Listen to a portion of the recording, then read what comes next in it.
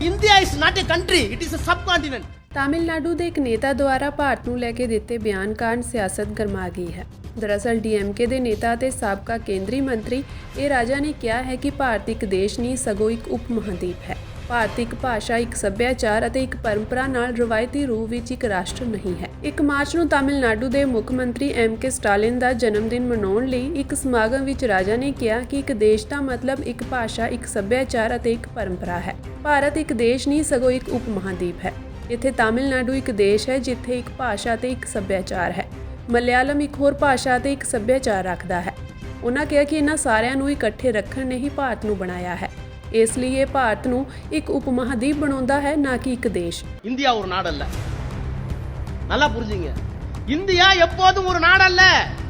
ஒரே நாடுனா ஒரே மொழி, ஒரே பண்பாடு, ஒரே கலாச்சாரம் இருந்தால் ஒரு நாடு। இந்தியா நாடு அல்ல, இந்தியா துணை கண்டம், சப்கான்டினென்ட்। என்ன காரணம்? இங்க தமிழ் ஒரு தேசம், ஒரு நாடு, மலையாளம் ஒரு மொழி, ஒரு தேசம், ஒரு நாடு, ஒரியா ஒரு தேசம், ஒரு மொழி, ஒரு நாடு। அப்ப இத்தனை தேசிய இனங்களையும் சேர்த்தால் India. So India is not a country, it is a subcontinent.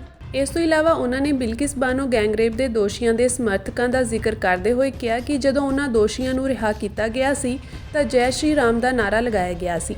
ਉਹਨਾਂ ਕਿਹਾ ਕਿ ਜੇ ਇਹ ਉਹ ਦੇਵਤਾ ਹੈ ਜਿਸ ਦੀ ਤੁਸੀਂ ਗੱਲ ਕਰ ਰਹੇ ਹੋ, ਜੇ ਇਹ ਤੁਹਾਡੀ ਜੈ ਸ਼੍ਰੀ ਰਾਮ ਅਤੇ ਭਾਰਤ ਮਾਤਾ ਦੀ ਜੈ ਹੈ, ਭਾਵ ਜੇਕਰ ਅਜਿਹੇ ਬਲਾਤਕਾਰੀਆਂ ਦੀ ਰਿਹਾਈ ਤੇ ਇਹ ਨਾਰੇ ਲਾਏ ਜਾਂਦੇ ਹਨ ਤਾਂ ਅਸੀਂ ਤੁਹਾਡੇ ਜੈ ਸ਼੍ਰੀ ਰਾਮ ਅਤੇ ਭਾਰਤ ਮਾਤਾ ਨੂੰ ਕਦੇ ਸਵੀਕਾਰ ਨਹੀਂ ਕਰਾਂਗੇ।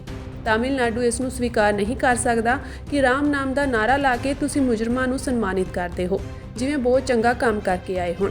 ਜੇਕਰ ਤੁਸੀਂ ਇਹ ਸੋਚ ਨਾਲ ਰਾਮ ਨੂੰ ਆਪਣਾ ਆਦਰਸ਼ ਸਮਝਦੇ ਹੋ ਤਾਂ ਤੁਸੀਂ ਜਾ ਕੇ ਸਭ ਨੂੰ ਦੱਸੋ ਕਿ ਅਸੀਂ ਰਾਮ ਦੇ ਦੁਸ਼ਮਣ ਹਾਂ। ਹਾਲਾਂਕਿ ਉਹਨਾਂ ਦੀ ਇਸ ਟਿੱਪਣੀ ਨੂੰ ਨਾ ਸਿਰਫ ਭਾਜਪਾ ਦੁਆਰਾ ਬਲਕਿ ਭਾਰਤ ਸਮੂਹ ਵਿੱਚ ਉਹਨਾਂ ਦੇ ਆਪਣੇ ਭਾਈਵਾਲਾਂ ਕਾਂਗਰਸ ਅਤੇ ਆਰਜੇਡੀ ਦੁਆਰਾ ਸਖਤ ਆਲੋਚਨਾ ਦਾ ਸਾਹਮਣਾ ਕਰਨਾ ਪਿਆ। ਭਾਜਪਾ ਨੇਤਾ ਤੇ ਕੇਂਦਰੀ ਮੰਤਰੀ ਗਿਰੀਰਾਜ ਸਿੰਘ ਨੇ ਕਿਹਾ ਕਿ ਇਹ ਲੋਕ ਸਨਾਤਨ ਸੱਭਿਆਚਾਰ ਨੂੰ ਨਸ਼ਟ ਕਰਨਾ ਚਾਹੁੰਦੇ ਹਨ। ਰਾਸ਼ਟਰੀ ਜਨਤਾ ਦਲ ਦੇ ਮੁਖੀ ਤੇਜਸਵੀ ਯਾਦਵ ਨੇ ਕਿਹਾ ਕਿ ਇਹ ਰਾਜਾ ਦਾ ਨਿੱਜੀ ਬਿਆਨ ਸੀ, ਨਾ ਕਿ ਗੱਠਜੋੜ ਦਾ।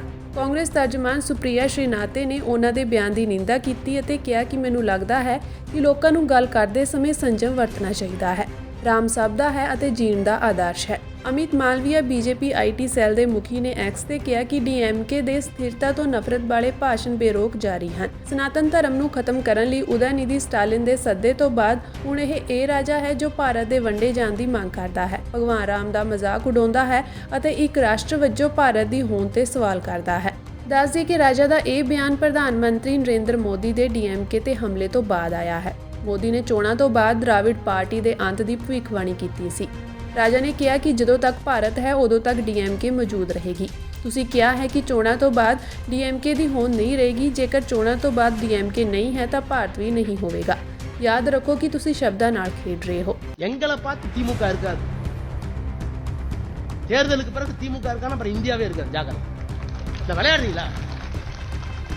நான் விளையாட்டு சொல்ல, இந்தியாவுடைய அரசியல் சட்டம் we the people of India having solemnly resolved to constitute India sovereign, secular, socialistic republic, democratic republic.